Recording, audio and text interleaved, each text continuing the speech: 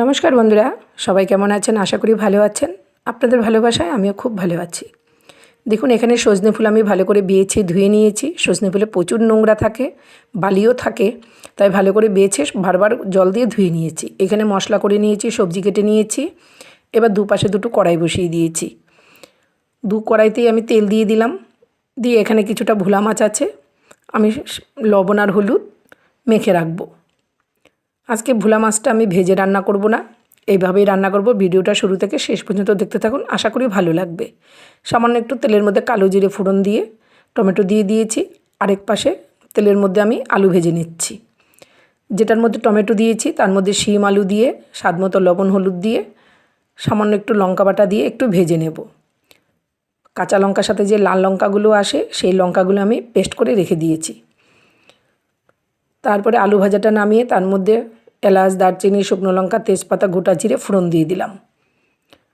ফোড়নটা দেখুন খুব সুন্দর একটা গন্ধ বেরিয়ে আসলে টমেটো দিয়ে দেব। টমেটোটা ভালো করে নেড়ে নেব। তারপরে পরিমাণ মতো লবণ আর হলুদ দিয়ে দিলাম। তারপর দিয়ে দিয়েছি আদা বাটা, জিরে বাটা আর একটু লঙ্কা বাটা। এবার সামান্য একটু জল দিয়ে আমি মশলাটাকে ভালো করে কষতে দেব। তারপর দিয়ে এই পাশে চলে আসলাম। শিম আর আলুটা ভালো করে দেখুন খুব সুন্দর করে কষানো হয়ে গেছে। এবার দিয়ে দেব পেস্ট করে রাখা সর্ষে পেস্ট করে রেখেছিলাম 2 চামচ দিয়ে দিয়েছি। সামান্য একটু জল দিয়ে আবার একটু সর্ষের সাথে সবজিটা ভেজে নেব। তারপরে ভাজা হয়ে গেলে উপর দিয়ে এইভাবে ভোলা মাছগুলো দিয়ে দেব। লবণ আর হলুদ মেখে রেখেছিলাম, উপর দিয়ে ভোলা মাছগুলো সাজিয়ে দিয়েছি। তারপরে ঠিক এইভাবে আস্তে করে উল্টে দিতে হবে। আপনারা তো ভোলা মাছ সবাই ভেজে খেয়েছেন, একবার এইভাবে খেয়ে দেখবেন, দুর্দান্ত হয় বন্ধুরা। উল্টে পাল্টে দিয়েছি। তারপরে পরিমাণ মতো জলটা দিয়ে দিলাম। একটু ভালো করে নেড়ে দেব, দিয়ে কিছুক্ষণ ঢেকে রাখবো। তারপরে এই দিকে দেখুন টমেটোটা মশলার সাথে ভালো করে কষানো হয়ে গেছে। আমি এর মধ্যে দিয়ে দিচ্ছি ভেজে রাখা আলুটা দিয়ে তারপরে আবার দিয়ে দেবো এই দেখুন সজনে ফুল। কিছুটা সজনে ফুল আমি আলাদা করে রেখেছি, আরেকটা রেসিপি করব। আর বাকি যে সজনে ফুলটা আছে সেটা আমি দিয়ে দিলাম। দিয়ে এবার ভালো করে সজনে ফুলটা নেড়ে নেব। সজনে ফুল থেকে কিন্তু কিছুটা জল বেরোবে, সেই জলটা পুরোপুরি শুকিয়ে নিতে হবে, তাহলে সজনে ফুলটা খেতে দুর্দান্ত হয় বন্ধুরা। এবার আমি সব ভালো করে নেড়ে চেড়ে ঢেকে দিয়েছি। আর এই পাশে মাছের ঝোলের ঢাকনাটা তুলে আবার একটু ভালো করে নেড়ে দিলাম। এইভাবে ঢাকনাটা তুলে বারবার একটু নেড়ে দিলে মাছটা চারিদিকে হয়ে যায়। দেখুন ঢাকনাটা তুলে আবারও নেড়ে দিচ্ছি। আমি এই পর্যন্ত গ্রেভিটা রাখবো, সেই জন্য কুচানো ধনেপাতা আর উপর দিয়ে একটু সর্ষের তেল ছড়িয়ে দিলাম। দিয়ে আবার একটু ভালো করে নেড়ে গ্যাসটা বন্ধ করে ঢেকে দেব। দেখুন আলুটা খুব সুন্দর সেদ্ধ হয়ে গেছে। এবার আমি গ্যাসটা বন্ধ করে দিয়েছি, দিয়ে ঢেকে রাখবো। তাহলে ধনেপাতার ফ্লেভার আর কাঁচা সর্ষের তেলের ফ্লেভারটা দারুণ আসে। তারপরে একটা পাত্রে আমি সার্ভ করে নিয়েছি। ভোলা মাছের রেসিপিটা আমার কমপ্লিট হয়ে গেল। এবার এই পাশে সজনে ফুলটা আমি আবারও ভালো করে ঢাকনাটা তুলে নেড়ে দিচ্ছি। দেখতেই পাচ্ছেন সমস্ত জল কিন্তু পুরো শুকিয়ে গেছে।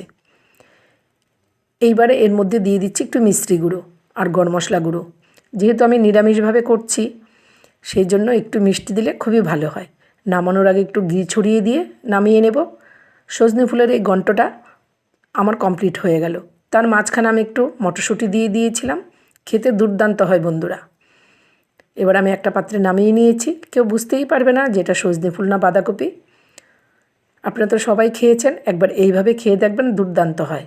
এবার বাকি যে সজনে ফুলটা রেখেছিলাম একটা পাত্রে ঢেলে দিয়েছি। কুচানো পেঁয়াজ লঙ্কা দিয়ে দিলাম, স্বাদ মতো লবণ হলুদ দিয়ে দিলাম, একটু কালো জিরে দিয়ে দিয়েছি, 1 চামচ বেসন আর 1 চামচ চালের গুঁড়ি। আর এই যে পাকা লঙ্কা বেটে রেখেছিলাম সেই লঙ্কাটাও দিয়ে দিয়েছি। এবার হাত দিয়ে একটু ভালো করে মেখে নেব। হাত দিয়ে মাখলে সজনে ফুলটা তো ধুয়ে নিয়ে এসেছি, তাই জলের পরিমাণটা আইডিয়া করা যাবে। জল আমার বেশি লাগবে না, আমি সামান্য একটু জল দিয়ে দেখুন খুব সুন্দর করে মেখে নিয়েছি। এবার কড়াইতে তেলটাও খুব সুন্দর গরম হয়ে গেছে। এবার আমি ওই তেলের মধ্যে ছোট ছোট করে বড়া ভেজে নেব। সজনে ফুলের এই বড়াটা খেতেও দুর্দান্ত হয়, গরম ভাতে খেতে তো দারুণ লাগে। গ্যাসের ফ্লেমটা মিডিয়াম টু হাই লোতে রেখে বড়াগুলো ভেজে নিতে হবে। তাহলে কি বলুন তো, বড়াগুলো ভেতর থেকে খুব সুন্দর করে ভাজা হয়ে যাবে। অবশ্যই গ্যাসটাকে মিডিয়াম টু লোতে রাখতে হবে। দেখুন আমার প্রথম ব্যাচটা ভাজা হয়ে গেছে, নামিয়ে নিচ্ছি। এবার একইভাবে বাকি বড়াগুলোও ভেজে আমি নামিয়ে নেব। বন্ধুরা, আমার এই ভিডিওগুলো যদি আপনাদের ভালো লেগে থাকে অবশ্যই লাইক কমেন্ট শেয়ার করে দেবেন, আর আপনাদের বন্ধুদের সাথে বেশি বেশি করে শেয়ার করে দিন, তারাও যেন আমার এই ভিডিওগুলো দেখার সুযোগ পায়। আপনারা সবাই ভালো থাকবেন, সুস্থ থাকবেন। দেখা হচ্ছে নতুন ভিডিও নিয়ে, নতুন রেসিপিতে। আজ আমি আসছি, টাটা।